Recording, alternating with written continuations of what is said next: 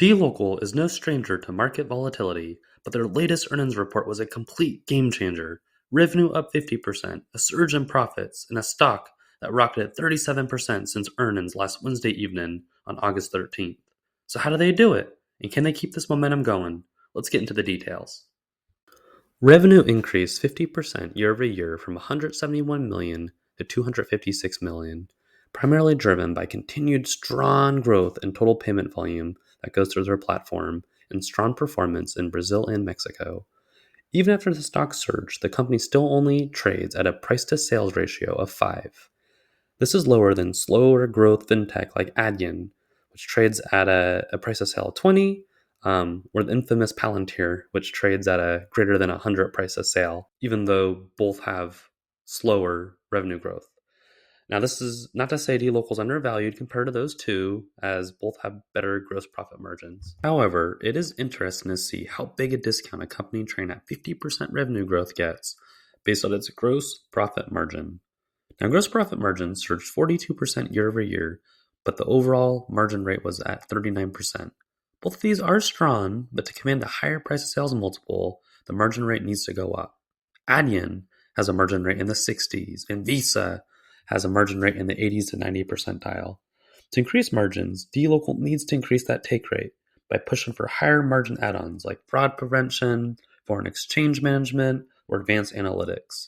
Stablecoin, too, can offer higher margin as well, with its on and off ramps being a tailwind for them. Now, for total payment volume, this is the main metric I look at, since as total payment volume goes up through their platform, this increases revenue, profit, and free cash flow. Ultimately, this supports the thesis in the growth of emerging markets and the stickiness of merchants. Now, total payment volume did grow year over year by 53%, driven by existing merchant spend, which grew revenue by 54%. Take rate, though, did increase slightly quarter over quarter, but as this chart shows, year over year, it did decline by 11%. Overall, profit will continue to increase just by the pure tailwind growth of emerging markets and the growth in total payment volume. But to really accelerate its growth, it needs to reverse this trend by adding value-added services that we discussed earlier. From the earnings call, I took away 3 key takeaways. First is, as expected, dLocal continues innovating their product offerings due to the phenomenal leadership of former Mercado Libre CFO Pedro Arnt. 3 that are noted is first, Smart Pix, which will enable better consumer conversion rates by allowing reoccurring Pix payments without manually reauthorizing each transaction. Second is Buy Now, Pay Later Fuse, which allows a merchant to offer various Buy Now, Pay Later services to consider. Third is the growth driven by the increased usage expected of stablecoins, which have allowed Circle's stock to surge. I don't think it's quite understood by people that the growth of stablecoins is a tailwind for dLocal, as it would actually increase cross-border transactions. dLocal will still be necessary because it still is needed to convert from stablecoin to local currency. This example below, where the Mexican peso is converted to the stablecoin USDC by dLocal. The stablecoin does the cross-border remittance, but then dLocal is needed to convert from stablecoin to Vietnamese dong. So love seeing the continued innovation focus by dLocal, especially in these 3 growth or segments. Second takeaway I had is the strong tailwinds emerging market growth has that can enable continued 45 to 50% total payment volume growth alone. Total payment volume is small at no more than 3% of the total addressable market cited by Pedro Arnt, which is in the trillions, with opportunity to grow double digits annually through 2030. A growing size of the pie and a focus on existing merchant growth and spend will be an excellent way to maintain high growth rates while benefiting from operating leverage. 95% of the revenue in quarter 2 comes from existing merchants. Now, of course, I would love new merchants to be onboarded, but the benefit of high growth rates from existing customers is it does keep marketing and spend and sales costs low, versus always spending to chase new customers for top-line growth. The third takeaway I had is a continued strong leadership team of dLocal. What originally drew me to dLocal many months ago was the involvement as CEO of the former Mercado Libre CFO, Pedro Arnt. In this earnings update, dLocal announced the appointment of a new CFO with existing leadership at Visa and American Express. The fact that leaders from payment leaders like Mercado Libre and Visa and American Express want to join a small $4 billion company is a strong vote of confidence in the market opportunity for dLocal. Based on this strong earnings update and the reaction of the stock market community to price dLocal almost 40% higher, my dad and I are going to offer our take on how dLocal compares against our thesis and if we will be added to our portfolio. Before we do, please make sure to read the full disclaimer in the notes below. We are not financial advisors, and anything we say should not be taken as formal advice or recommendations. Also, if you like content like this, please consider subscribing as we aim to release weekly deep dives about innovative long-term focused companies on this Father and Son podcast. To evaluate dLocal, we will rate it based on our key thesis points from our review before. First is whether the emerging markets tailwind will actualize. What do you think, Dad? And I think emerging market growth should be positive, because due to China it seems like China is trying to influence, or not influence, but do business with emerging markets. And so I think that will help the emerging markets. So that's a positive. Thanks, Dad. I am also a positive as to evaluating emerging market growth. As I look at total payment volume, and it grew 53% year over year and is at record levels, which is a very strong sign. I also like that dLocal was front and center in their earnings presentation, with numbers showing how it can get double-digit total addressable market growth, with a 16% CAGR in Latin America, Middle East, and Africa, and a 13% CAGR in Asia Pacific. Pedro attributes this trillion-dollar market doubling for emerging market digital payments from $2 trillion to $4 trillion in the next 5 years. And this is due to current low penetration of credit cards and digital payments in the countries today, which he is well aware of from his time at Mercado Libre. Going to pass it back to you, Dad. How do you think dLocal's performing against our second thesis point, which is their profit margin stabilizing? Their profit margin is good. It's 16.9%, which is good. If it was above 20, that's the net profit margin, by the way. That's income minus taxes, so that's the net profit margin, and that's good. But if it was, it's better to be above 20%, but it's healthy. For me, I am neutral. Because revenue and total payment volume is able to increase so much year over year, I do like that dLocal will be able to consistently grow profit and its earnings per share.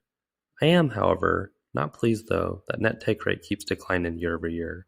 While others may be bothered that take rate reduction is a signal that this is a PayPal and they will succumb to tough competition, my concern is I want dLocal to leverage their relationship with many of the most well-known brands in the world and add ancillary value-added services. Nubank and Mercado Libre have done a phenomenal job in increasing their scope with their customers, so I do want to see dLocal do that as well. For our last thesis point, what do you think, Dad, about dLocal not being complacent and staying long-term focused on its product innovation?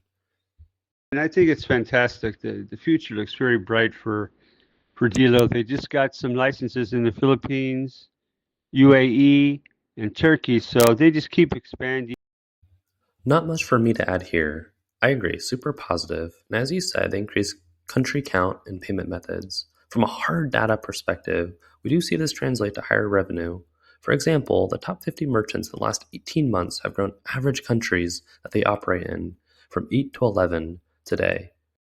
Overall, when evaluating our thesis is very much intact. From emerging markets growth, Dad and I are both positive. From a take rates and profitability, Dad and I are both neutral. And then from a continued platform innovation, we're both strong positives.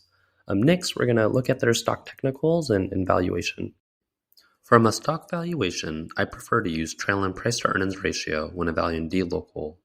Typically, with smaller companies like dLocal that have this massive revenue growth rate, I look at price of sales. However, since dLocal is optimized for profit and different fintechs have different profit margins, earnings per share does normalize all that out. Currently, dLocal is now trading at a trailing PE of greater than 30. Back in late 2023, we can also see that dLocal traded at such a multiple of greater than 30 and a stock price greater than $15. What followed was a gradual PE compression down to sub 20, which then provided support in June 2024 to drive the stock price to increase again until January 2025 when the PE was back above 30, which then again retreated dLocal can be a phenomenal company that can continue to grow, but I believe should maintain that 20 to 25 PE ratio multiple unless they can prove that profit margin can expand by offering those value-added services to cross-sell to merchants higher margin services.